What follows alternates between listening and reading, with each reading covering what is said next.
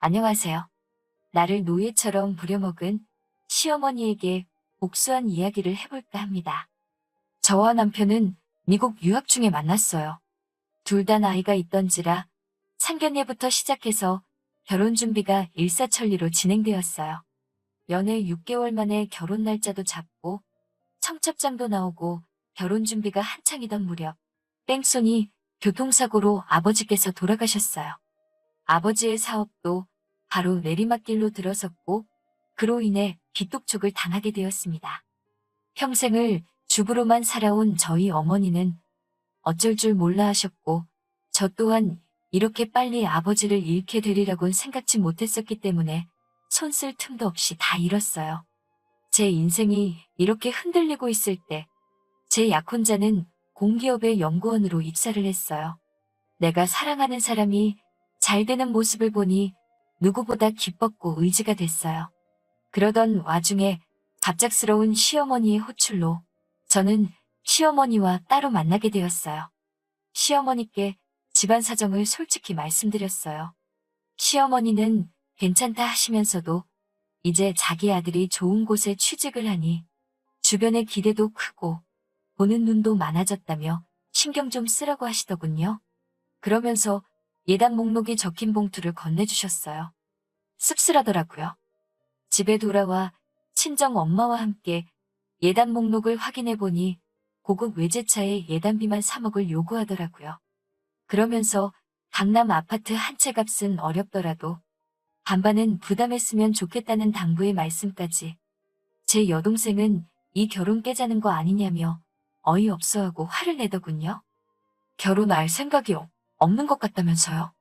저는 다음날 약혼자를 만나 시어머니가 주신 예단 목록을 보여주며 이거 자기도 알고 있었냐고 물었어요. 그러자 약혼자는 어머니가 예단으로 이렇게 해오라고 하셨어? 그렇구나. 근데 다들 이 정도는 하지 않아? 라며 갈등 없이 준비했으면 좋겠다고 자리를 피하더군요. 그날 이후로 약혼자와는 연락하기가 점점 어려워졌어요. 항상 제가 회사에 찾아가고 연락하고 그랬죠. 왜 연락하기가 이렇게 힘드냐고 하면 매번 약혼자는 진급한 지 얼마 안 돼서 그런 건데 이해를 왜 못 해주냐고 짜증을 내더군요. 그러던 어느 날 우연히 친정 엄마가 여기저기 전화를 걸어 돈을 빌려보려고 하시는 걸 듣게 되었어요. 제 예단을 어떻게든 해주고 싶으셨던 거죠.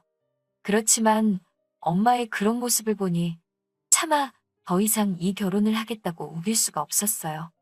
그래서 시어머니를 만나 이 결혼은 어려울 것 같다고 말씀드렸어요. 그러자 시어머니는 그렇다면 어쩔 수 없지 않니? 그래도 청첩장 돌리기 전에 말해줘서 고맙다며 자리를 일어나시더군요.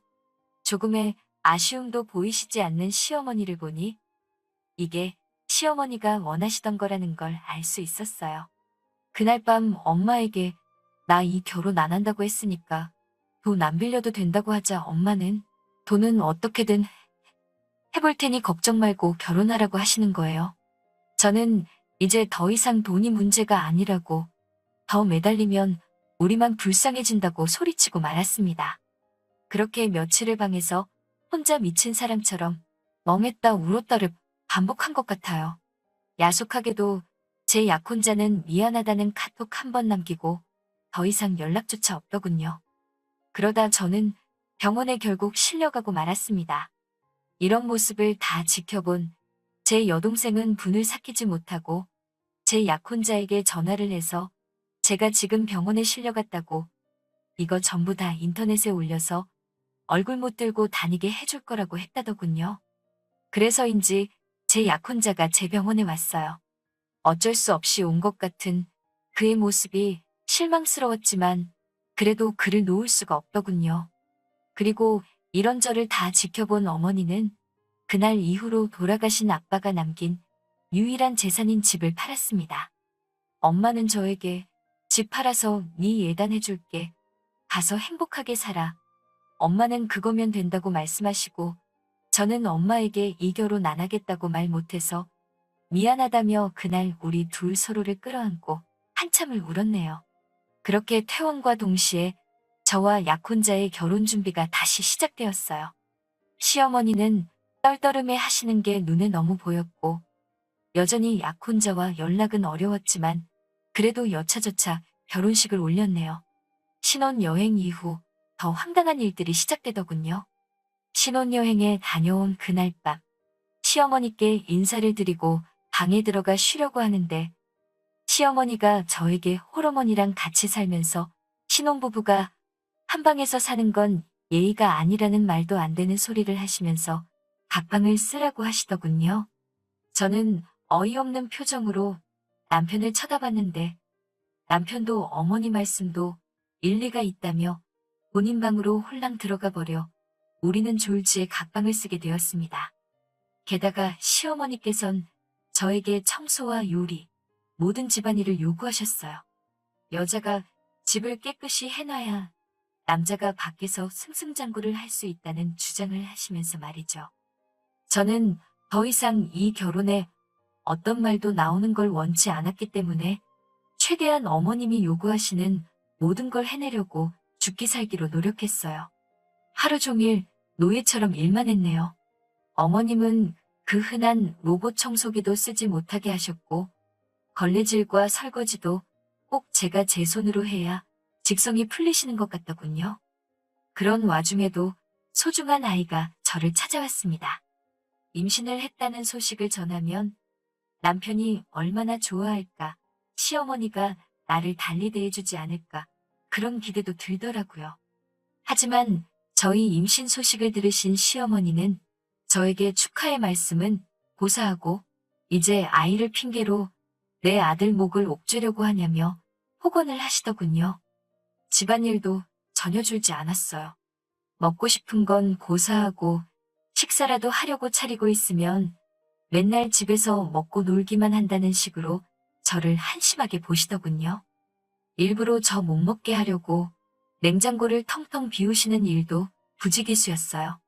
하루는 제가 견디다 못해 어머니, 저도 해올 거 다 해오고 시집왔는데 저한테 왜 이렇게 야속하게 하시냐 하니까 네가 하고 싶어서 해온 건데 뭐하러 그런 생색을 내냐면서 억울하면 다 들고 나가라고 하시더군요.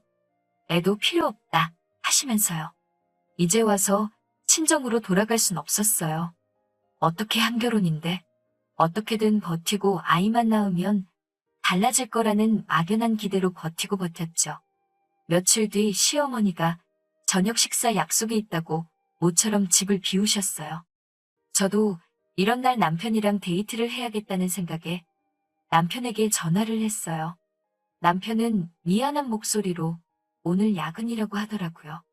저는 아쉬운 마음이 들었지만 또 한편으로는 안쓰러운 생각이 들어 그럼 저녁만 얼른 근처에서 같이 먹어야겠다는 생각으로 남편 회사로 향했어요.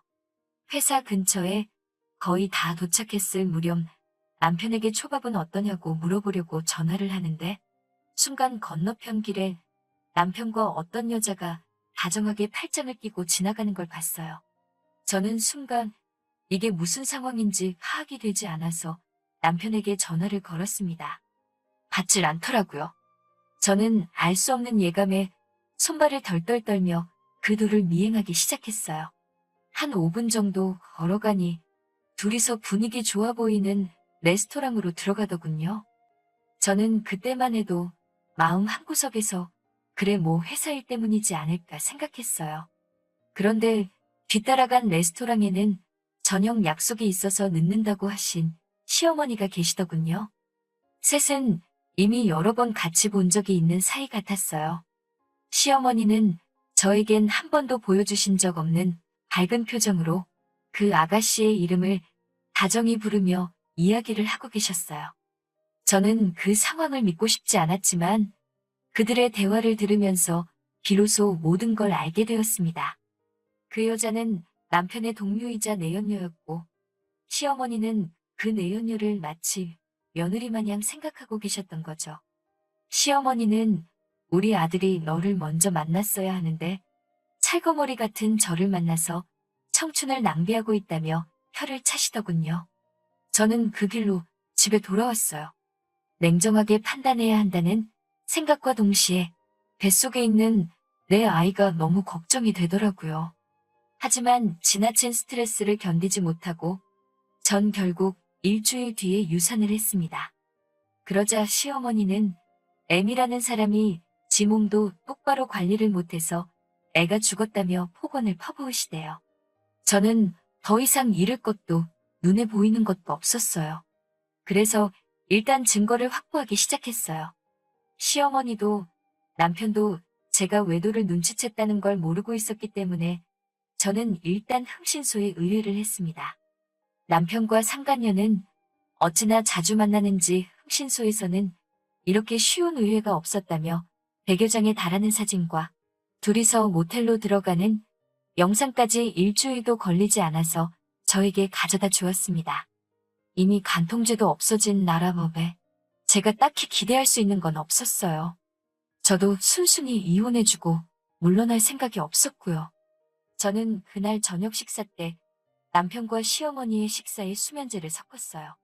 아니나 다를까 둘 다 식사를 마치자마자 몽롱한지 정신을 못 차리고 잠에 들더라고요. 그래서 저는 이때다 싶어 남편과 시어머니 휴대폰에서 그들의 지인들 연락처를 모조리 빼냈어요. 그리고 어머님이 보관하시던 집 문서를 챙겨서 도망쳤어요. 그리고 그날 저녁 그 집을 나와 호텔에 가서 방을 잡았어요. 그리고 남편의 연락처를 보고 남편의 가까운 친구 몇몇과 상간녀에게 두 년놈의 사진을 뿌렸습니다. 시어머니, 지인분들 몇몇에게도 그 사진을 뿌렸지요. 그 다음 날 아주 제 전화기에 불이 난 것처럼 난리가 났더군요. 남편과 시어머니가 번갈아가며 저한테 미친 듯이 전화를 하고 문자를 보내고 화를 냈다가 빌다가 아주 난리도 아니대요. 그래서 저는 남편한테 자꾸 이러면 이번에는 당신 직장 동료들한테 뿌릴 거라고 나 건들지 말라고 경고한 뒤 시어머니한테 전화를 했어요. 시어머니께는 집 그거 내 명의로 해달라고, 그렇지 않으면 이 사진들을 당신 아들 회사 홈페이지에 올려서 아들 출세길 다 막을 거라고 소리소리 질렀습니다. 저희 시어머니 아주 아들 출세를 위해서라면 목숨도 내놓으실 양반이거든요. 역시나 약발이 들더라고요. 그 길로 호텔 카페로 오셔서는 벌벌벌 떨며 도장을 찍어주시던걸요. 그렇게 그 강남 아파트는 제 것이 되었습니다. 그렇게 집에 다시 돌아오니 남편이 자기 화를 못 이겨 집에서 씩씩대고 있더군요. 시어머니도 아들이 옆에 있어서 그런가 다시 기세가 등등하고. 근데 저는 더 이상 무서울 게 없었거든요. 그래서 제가 남편한테 나는 이혼할 생각 없다. 그리고 이 집도 당신만 제 정신 차리면 내가 공동명의로 해줄 수 있다고 말했어요.